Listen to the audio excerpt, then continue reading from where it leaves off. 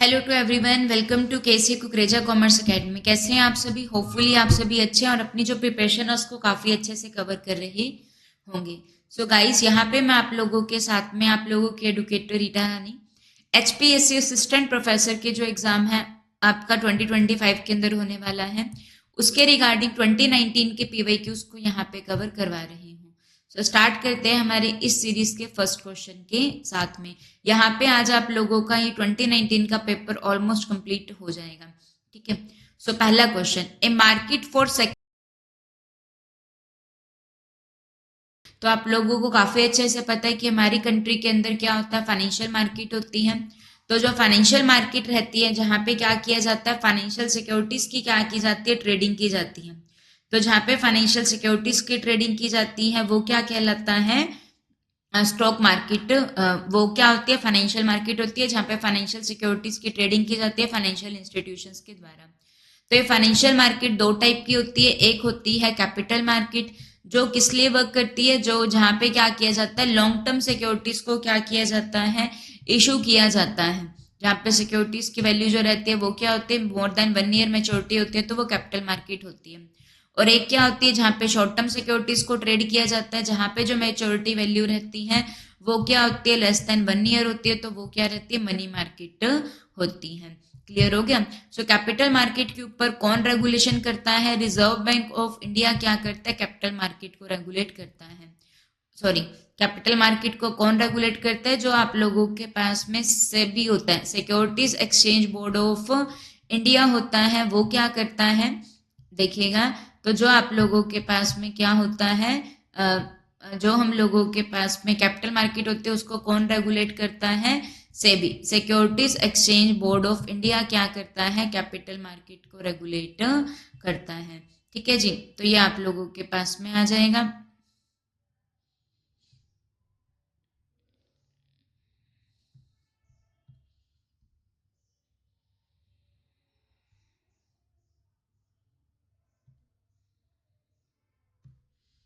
ठीक है। तो कैपिटल मार्केट को कौन रेगुलेट करता है, हम लोगों के पास में सेबी करते हैं। और मनी मार्केट को कौन रेगुलेट करता है, रिजर्व बैंक ऑफ इंडिया करता है।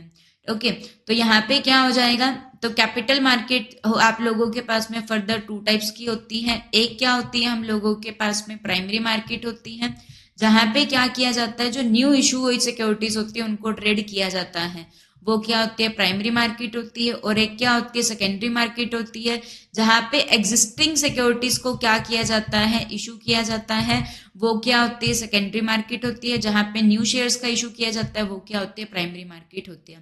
तो जहाँ सेकेंडरी मार्केट होती है, जहाँ एग्जिस्टिंग शेयर्स का इशू किया जाता है, तो वो कहाँ पे क्या किया जाता है, स्टॉक एक्सचेंज के ऊपर किया जाता है। तो जो मार्केट स्टॉक मार्केट इसके लिए तो ये क्या होती है, स्टॉक एक्सचेंज होती है। ठीक है जी। तो ये आप लोगों के पास में आ जाएगा, स्टॉक एक्सचेंज जो होती है, जो हम लोगों के पास में क्या रहती है, स्टॉक एक्सचेंज की मार्केट रहती है। तो देखिए,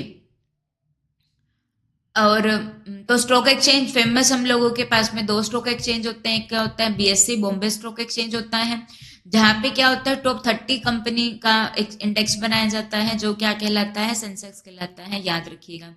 और एक स्टॉक एक्सचेंज क्या होता है, NSE होता है, नेशनल स्टॉक एक्सचेंज। उसके ऊपर टॉप 50 कंपनीज का कैपिटलाइजेशन रेट देखा जाता है, और जो उसका इंडेक्स रहता है वो क्या कहलाता है, निफ्टी होता है। तो ऑप्शन नंबर ए जो होगा वो इसका आंसर हो जाएगा। So move to the next question. देखिए क्या लिखा हुआ है हम लोगों के पास में। सो यहाँ पे क्या लिखा हुआ है, एक वॉलेंट्री आप लोगों के पास में क्या है, क्या लिखा हुआ बच्चा, एक वॉलेंट्री ग्रुप है आप लोगों के पास में।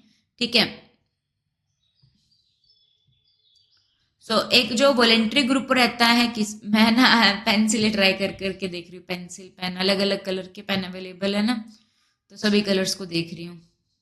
एक सेकेंड, कोई एक और नया कलर चूज करते हैं। सो देखो ये क्या है, एक वॉलेंट्री ग्रुप है, किसका, यहाँ पे लाइक माइंडेड पीपल का, जो join together in order to seek influence government decision maker.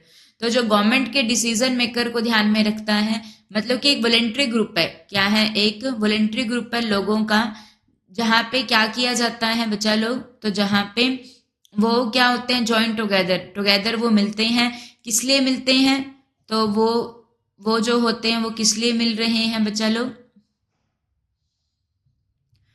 ताकि गवर्नमेंट के ऊपर क्या कर सके, इन्फ्लुएंस कर सके। तो ये जो ग्रुप होता है ये आप लोगों के पास में क्या कहलाता है? प्रेशर ग्रुप होता है। तो जो प्रेशर ग्रुप हो गया ये आप लोगों के पास में क्या हो जाएगा? दैट इज द, तो जो प्रेशर ग्रुप होता है ये क्या होता है? एक ये ऑर्गेनाइजेशंस होती हैं जो फॉर्म्ड की जाती है पीपल के द्वारा, जिनका एक कॉमन इंटरेस्ट होता है। प्रेशर ग्रुप क्या होती है? वो ऑर्गेनाइजेशंस होती हैं जहां पे क्या हो जाएगा, जो पीपल होते हैं वो क्या होते हैं, एक कॉमन इंटरेस्ट के जो लोग होते हैं वो क्या करते हैं? वर्क करते हैं। तो ये क्या हो जाएगा हम लोगों के पास में? तो ये क्या कहलाता है आप लोगों के पास में? बोले प्रेशर ग्रुप होता है। ठीक है, move to the next question on your screen. So ये क्या है हम लोगों के पास में? मैक्सिमम प्राइस होता है। क्या रह जाएगा ये आप लोगों के पास में? क्या पूछा गया है? एक maximum price above which the price of the product is not allowed to arise, मतलब कि जिससे ऊपर क्या नहीं रखा जा सकता है? प्राइस नहीं रखा जा सकता है, वो क्या कहलाता है? तो जिससे ऊपर प्राइस नहीं रखा जा सकता है वो आप लोगों के पास में क्या कहलाता है बच्चा लोग? दैट इज प्राइस सीलिंग होता है। जिससे ऊपर प्राइस नहीं रखा जा सकता है ये क्या कहलाता है? प्राइस सीलिंग होता है। ये वो मैक्सिमम प्राइस होता है जो एक प्रोड्यूसर अपने प्रोडक्ट के लिए चार्ज कर सकता है। और इसको कहाँ पे सेट किया जाता है? बिलो द इक्विलिब्रियम प्राइस इसको क्या किया जाता है? सेट किया जाता है। जरूर याद रखिएगा। और एक क्या होता है जो फार्मर्स के लिए एमएसपी होता है, मिनिमम स्पॉट प्राइस होता है कि उनको अपने प्रोडक्ट के लिए इतना प्राइस तो मिलेगा ही मिलेगा। ठीक है, move to the next question on your screen. A major of effect, एक मेजर है किस चीज का जो किसको मेजर करता है? इफेक्ट को क्या करता है? मेजर करता है। किस चीज के इफेक्ट को यहाँ पे वो मेजर कर रहा है? Of national income. National income के इफेक्ट को क्या किया जा रहा है? यहाँ पे मेजर किया जा रहा है। A major of effect of total national income of some component change in aggregate monetary demand is known as. तो मेजर है जो क्या देखता है? इफेक्ट देख रहा है किसके ऊपर? टोटल नेशनल इनकम के ऊपर। किस चीज का? जो एग्रीगेट मॉनेटरी डिमांड में चेंजेस होता है उसका इम्पैक्ट देखता है नेशनल इनकम के ऊपर। तो ये क्या कहलाता है? मल्टीप्लायर इफेक्ट होता है। मल्टीप्लायर इफेक्ट क्या होता है? The multiplier effect refers to the proportional amount of increase in the final income. Final income में कितना चेंज होता है? That result from an injection of a spending. जब spending की injection होता है तो उससे क्या impact पड़ता है? For instance, an increase in investment or government spending can lead to larger increase in overall national income. तो जैसे कि जब क्या किया जाता है? ज्यादा इन्वेस्टमेंट की जाती है और गवर्नमेंट स्पेंडिंग की जाती है तो उससे क्या होता है? नेशनल इनकम भी बढ़ती है। तो ये कौन बताता है? मल्टीप्लायर इफेक्ट बताता है। जो प्राइस इलास्टिसिटी ऑफ डिमांड होता है ये क्या बताता है? Percentage change in the price. Price में चेंज होने की वजह से, प्राइस में चेंज होने की वजह से क्वांटिटी के अंदर कितना चेंज, डिमांड के अंदर कितना चेंज आता है। प्राइस में चेंज होने की वजह से डिमांड में कितना चेंज आता है तो ये माइनस का साइन होगा। तो ये प्राइस इलास्टिसिटी होता है। ठीक है, ऊपर हमेशा डिपेंडेंट वेरिएबल आता है, नीचे क्या आता है? इंडिपेंडेंट वेरिएबल होता है। ठीक है, जीडीपी क्या होता है? ग्रोस डोमेस्टिक प्रोडक्शन होता है। Next question. An organizational structure that assign specialists from different functional department to work on one or more project being led by a project manager is a definition of। तो जहां पे क्या होता है? Functional department, functional organisation structure भी होती है। ठीक है, तो फंक्शनल ऑर्गेनाइजेशन स्ट्रक्चर क्या होती है? जहां पे मेजर और पूरी ऑर्गेनाइजेशन को major functions like research, purchase, marketing इनके हिसाब से बांटा जाता है तो फंक्शनल ऑर्गेनाइजेशन स्ट्रक्चर होती है। जहां पे पूरी ऑर्गेनाइजेशन को प्रोडक्ट के बेसिस के ऊपर बांटा जाता है वो क्या होती है? डिविजनल ऑर्गेनाइजेशन स्ट्रक्चर होती है। और इन दोनों का जो मिक्सचर कहलाता है ये क्या होता है? मैट्रिक्स ऑर्गेनाइजेशन स्ट्रक्चर होती है। So, an organizational structure that assigns specialists from different functional department to work on one or more project, so ये क्या कहलाती है? मैट्रिक्स स्ट्रक्चर होती है। A matrix structure is an organizational design जहां पर एम्प्लॉय रिपोर्ट करते हैं both functional manager and the project manager को। तो ये स्ट्रक्चर काफी डायनेमिक होती है, फ्लेक्सिबल वर्क एनवायरनमेंट में वर्क करती है। ठीक है, move to the next question. What is the name of the point where refers to the earning before interest and tax, EBIT, जिसको ऑपरेटिंग प्रॉफिट भी कहा जाता है।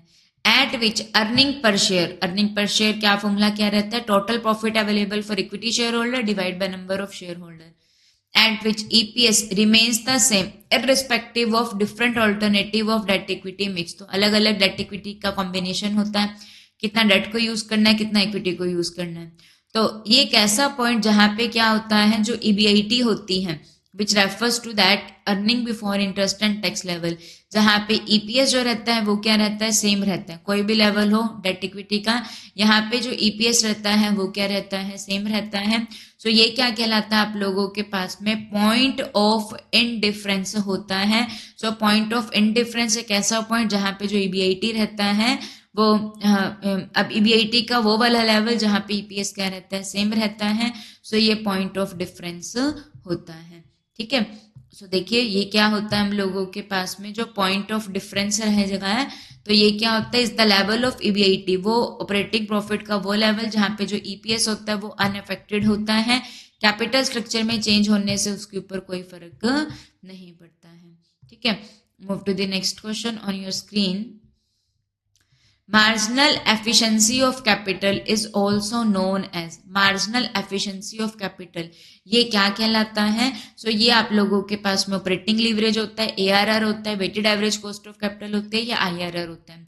तो मार्जिनल एफिशिएंसी ऑफ कैपिटल किसका अनदर नेम होता है, इंटरनल रेट ऑफ रिटर्न का नेम होता है।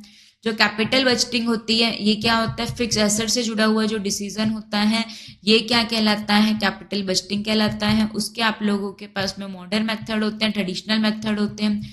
तो जो मॉडर्न मेथड होते हैं उसमें क्या क्या आता है, इंटरनल रेट ऑफ रिटर्न आता है, नेट प्रेजेंट वैल्यू मेथड आता है, और प्रॉफिटेबिलिटी इंडेक्स मेथड आता है। तो marginal efficiency of capital IRR इसका नाम होता है। IRR क्या होती है, वो रेट ऑफ डिस्काउंट होते हैं जिसके ऊपर NPV क्या हो जाती है, 0 हो जाती है। यहाँ पे क्या होता है, यहाँ पे आप लोगों के पास में क्या केस होता है, अगर जो रेट ऑफ रिटर्न है वो क्या होती है, कॉस्ट ऑफ कैपिटल से ज्यादा होती है, तो ऐसे प्रोजेक्ट को क्या किया जाता है, एक्सेप्ट किया जाता है। अगर कॉस्ट ज्यादा होती है रिटर्न से, तो ऐसे प्रोजेक्ट को क्या कर दिया जाता है, रिजेक्ट कर दिया जाता है। ऑपरेटिंग लीवरेज जो होता है वो क्या बताता है, ऑपरेटिंग लीवरेज ये बताता है कि EBIT में चेंज होने से, ऑपरेटिंग लीवरेज क्या बताता है, सेल में चेंज होने से EBIT के अंदर क्या चेंजेस आते हैं। तो वो आप लोगों के पास में सेल में चेंज होने से ऑपरेटिंग प्रॉफिट EBIT के अंदर क्या चेंजेस आते हैं, तो ये ऑपरेटिंग लीवरेज बताता है। ऑपरेटिंग लीवरेज जो होगा ये आप लोगों के पास में क्या बताता है, सेल में चेंज होने की वजह से, सेल में चेंज होने की वजह से EBIT के अंदर क्या चेंजेस आते हैं, तो ये क्या बताता है, ऑपरेटिंग लीवरेज बताता है। और इसका जो फॉर्मूला रहता है वो आप लोगों के पास में क्या रहता है, कंट्रीब्यूशन बाय में EBIT होता है, contribution divide by earning before interest and tax होता है। कंट्रीब्यूशन का फॉर्मूला क्या रहता है, सेल माइनस वेरिएबल कॉस्ट होती है, और EBIT का sale minus variable cost minus fix cost होता है। ARR ये क्या होता है, जो हम लोगों के पास में पेबैक मेथड होता है, और क्या होता है, average rate of return method होता है। ये क्या होते हैं, कैपिटल बजटिंग के ट्रेडिशनल मेथड होते हैं। Weighted average cost of capital जब सभी सोर्सेज ऑफ फंड को देखा जाता है तो वो weighted average cost of capital बन जाती है। So internal rate of return क्या होता है, एक अनदर टर्म है का अनदर टर्म है मार्जिनल एफिशिएंसी ऑफ कैपिटल। ये वो डिस्काउंट रेट होती है जहां पर जो NPV होती है वो इक्वल होती है 0 के, जहां पर NPV को 0 कर दिया जाता है वो क्या होती है, IRR होता है, ठीक है। Move to the next question. तो ये जो ग्राफ आप लोगों को दिया हुआ है जहां पे ये क्या है, डिग्री ऑफ लीवरेज, और यहाँ पे क्या है, कॉस्ट ऑफ कैपिटल। तो KD किसको रिप्रेजेंट करता है, कॉस्ट ऑफ डेट को, KE कॉस्ट ऑफ इक्विटी को, और KO overall cost of capital को। सो ये क्या बता रहा है कि जैसे जैसे हम लोग क्या, जो कॉस्ट ऑफ डेट है इसके अंदर ये क्या लिखा हुआ है कि इसको कॉस्ट ऑफ डेट है वो क्या है, आप लोगों के पास में कॉस्ट ऑफ इक्विटी से कम है। जो डेट की कॉस्ट है वो क्या इक्विटी से कम है। तो ये क्या कहता है कि जैसे जैसे क्या किया जाता है, डेट को क्या किया जा रहा है, यूज किया जा रहा है। और डेट को यूज करने से क्या होता है, ये हम अजम्पशन ले रहे हैं कि डेट को यूज करने से इक्विटी वालों पे कोई भी इफेक्ट नहीं पड़ता है। डेट को यूज करने से इक्विटी के ऊपर कोई इफेक्ट नहीं पड़ता है। तो ऐसे से क्या किया जा रहा है, डेट को यूज किया जा रहा है, तो हम लोगों के पास में क्या होती है, तो डेट के ऊपर आप लोगों को क्या मिलता है, टैक्स बेनिफिट मिलता है। ठीक है, तो जैसे जैसे डेट को यूज किया जा रहा है तो जो ओवरऑल कॉस्ट है वो क्या आ रही है, कम आ रही है। तो जब कॉस्ट कम आती है तो जो फर्म की वैल्यू होती है वो क्या हो जाएगी, ज्यादा हो जाती है। ठीक है, तो जो कॉस्ट ऑफ डेट है वो कम है, जैसे जैसे डेट को यूज किया जा रहा है तो इक्विटी की ऊपर कोई फर्क नहीं पड़ रहा है, तो जो ओवरऑल कॉस्ट है वो कम आ जाएगी और फर्म की वैल्यू क्या हो जाएगी, बढ़ जाएगी। तो ये किस चीज का डायग्राम होता है, ये आप लोगों के पास में कैपिटल स्ट्रक्चर के अंदर, ये आप लोगों के पास में किसके अंदर आता है, नेट इनकम अप्रोच के अंदर आता है। जो नेट इनकम अप्रोच है ये कौन सी अप्रोच होती है, रेलिवेंट अप्रोच होती है।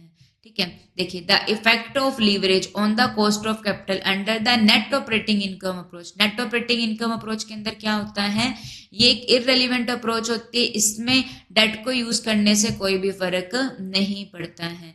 ये आप लोगों के पास में कैसी अप्रोच रहती है, इररेलीवेंट अप्रोच होती है। ठीक है, तो यहाँ पे क्या होता है, जो ओवरऑल कॉस्ट होती है, देखो ये क्या है, कॉस्ट ऑफ डेट है। जैसे जैसे डेट को यूज करेंगे तो जो क्या होगा, यहाँ पे जो इक्विटी की कॉस्ट है वो भी क्या होती जाएगी, बढ़ती जाएगी। ऐसे ऐसे हम लोग क्या करेंगे, डेट को यूज करेंगे तो इक्विटी की जो कॉस्ट होगी वो क्या हो जाएगी, बढ़ जाएगी, क्योंकि शेयर होल्डर की एक्सपेक्टेशंस क्या हो जाती हैं, बढ़ जाती हैं। तो अगर शेयर होल्डर की एक्सपेक्टेशंस बढ़ती हैं, शेयर होल्डर की एक्सपेक्टेशंस बढ़ती हैं, तो जो हम लोगों के पास में ओवरऑल कॉस्ट है वो भी क्या हो जाती है, बढ़ जाती हैं। ठीक है, so the effect of leverage on the cost of capital for unlevered firm, unlevered firm जो डेट का यूज नहीं करती है तो ये भी नहीं होगा, तो ऑप्शन नंबर सी इसका आंसर हो जाएगा। The effect of leverage on the cost of capital under the net income approach, तो ये होता है। ठीक है, तो ये याद रखिएगा, नेट इनकम अप्रोच जो है ये क्या है, रेलिवेंट अप्रोच है, और जो नेट ऑपरेटिंग इनकम अप्रोच है ये इररेलीवेंट अप्रोच है। और दोनों ही जो अप्रोचेस है वो किन्होंने दी हैं, डेविड डुर्नार्ड ने दी हैं। किन्होंने दी हैं, डेविड डुर्नार्ड ने ये दी हैं। ठीक है,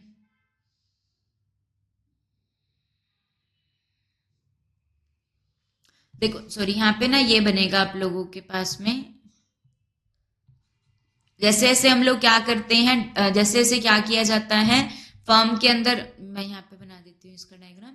so net operating income approach के अंदर क्या होता है कि जहाँ जैसे जैसे हम लोग क्या करते हैं, डेट को यूज करते हैं, तो जो डेट की कॉस्ट है वो तो क्या रहती है, कम रहती है। ठीक है, जैसे जैसे डेट को यूज करते हैं तो यहाँ पे आप लोगों के पास में क्या होता है, तो जो ओवरऑल कॉस्ट ऑफ कैपिटल है वो क्या रहती है, कांस्टेंट रहती है। क्यों कांस्टेंट रहती है, क्योंकि इक्विटी शेयर होल्डर की एक्सपेक्टेशंस क्या होती हैं, बढ़ती हैं। ठीक है, यहाँ पे क्या हो गया, तो बस ये देखो यहाँ पे के ओ जो है वो नीचे की ओर आ रहा है, यहाँ पे के ओ क्या है, स्ट्रेट है, और के ई जो रह जा रहा है वो ऊपर की ओर जा रहा है।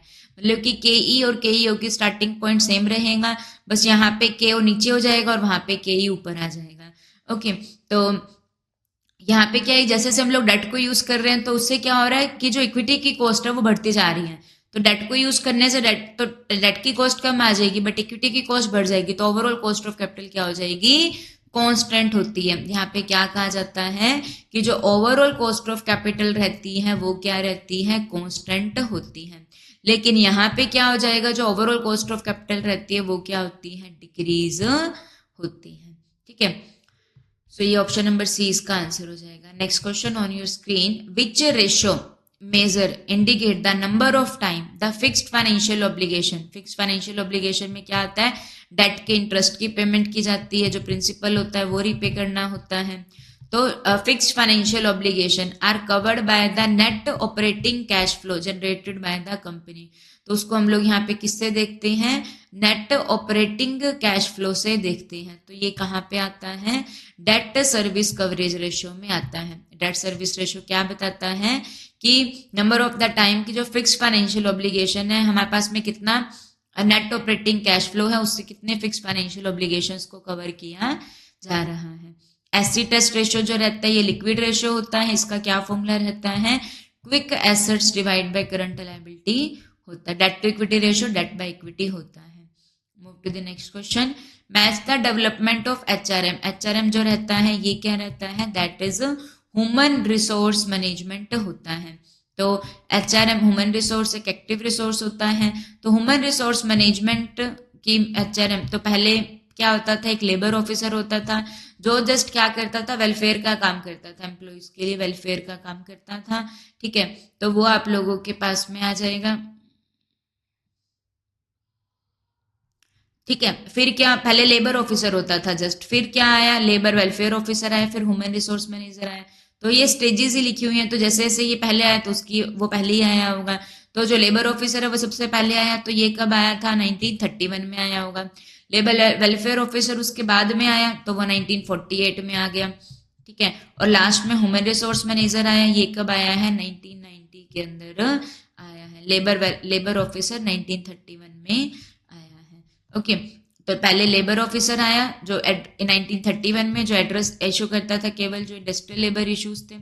फिर लेबर वेलफेयर ऑफिसर आया जो इंट्रोड्यूस किया 1948 के अंदर, जो वेलफेयर के ऊपर फोकस करता था वर्कर के। पहले जो आया लेबर ऑफिसर वो जस्ट कन्फ्लिक्ट को रिमूव करता था। फिर लेबर वेलफेयर ऑफिसर वेलफेयर के ऊपर फोकस करता था। फिर ह्यूमन रिसोर्स मैनेजर आया जो ह्यूमन रिसोर्सेज की स्ट्रेटेजिक मैनेजमेंट के ऊपर फोकस करता है। 1990 के अंदर ये आया है। Next question, which one of the following is not a feature of a social system model of human resource management. तो सोशल सिस्टम है ह्यूमन रिसोर्स मैनेजमेंट का, उसका फीचर क्या नहीं है, तो उसमें क्या, तो देखो एक सोशल सिस्टम है तो जहां पर एम्प्लॉयज को एक ग्रुप माना जाता है। ठीक है, एम्प्लॉयज की पर्सनल गोल के ऊपर फोकस किया जाता है। तो यहाँ पे क्या होता है, इनफॉर्मल रिलेशनशिप्स के ऊपर फोकस किया जाता है। किसके ऊपर फोकस किया जाएगा, इनफॉर्मल रिलेशनशिप्स रहते हैं। सोशल फैक्टर्स इन आउटपुट होता है। ठीक है, कन्फ्लिक्ट मैनेज किया जाता है। लेकिन reward and punishment based on roll boundaries, तो ये जो रहता है ये आप लोगों के पास में सोशल सिस्टम में नहीं आता है। सोशल सिस्टम अप्रोच के अंदर इनफॉर्मली, देखो जहां पे इनफॉर्मल होगा तो वहां पे रिवॉर्ड एंड पनिशमेंट थोड़ी ना होगा, रिवॉर्ड एंड पनिशमेंट तो वहां पे होगा जहां पे फॉर्मल गोल होंगे। ठीक है, सो ऑप्शन नंबर जो, सॉरी, जो सी होगा ये इसके अंदर नहीं, डी होगा वो इसके अंदर नहीं होगा। ठीक है, next question, which one of the following are the part of wage and salary administration. तो वेजेस जो होती हैं वो कब दी जाती हैं, जब क्या किया जाता है, फिजिकल वर्क करते हैं एम्प्लॉयज तो उनको क्या दी जाती है, वेजेस दी जाती हैं। और जब मेंटली वर्क किया जाता है ऑफिशियल पर्पस के लिए तो वहां पे सैलरी दी जाती है। तो वेजेस एंड सैलरी एडमिनिस्ट्रेशन का क्या पार्ट है, तो इसके अंदर वेज एंड सैलरी सर्वे किया जाता है, जो भी वैल्यूएशन हो जाएगा, इंसेंटिव होते हैं, तो ये सभी इसके अंदर आते हैं। ठीक है, next question, which activity is not related with human resource management. और ये लास्ट क्वेश्चन है इस पेपर का।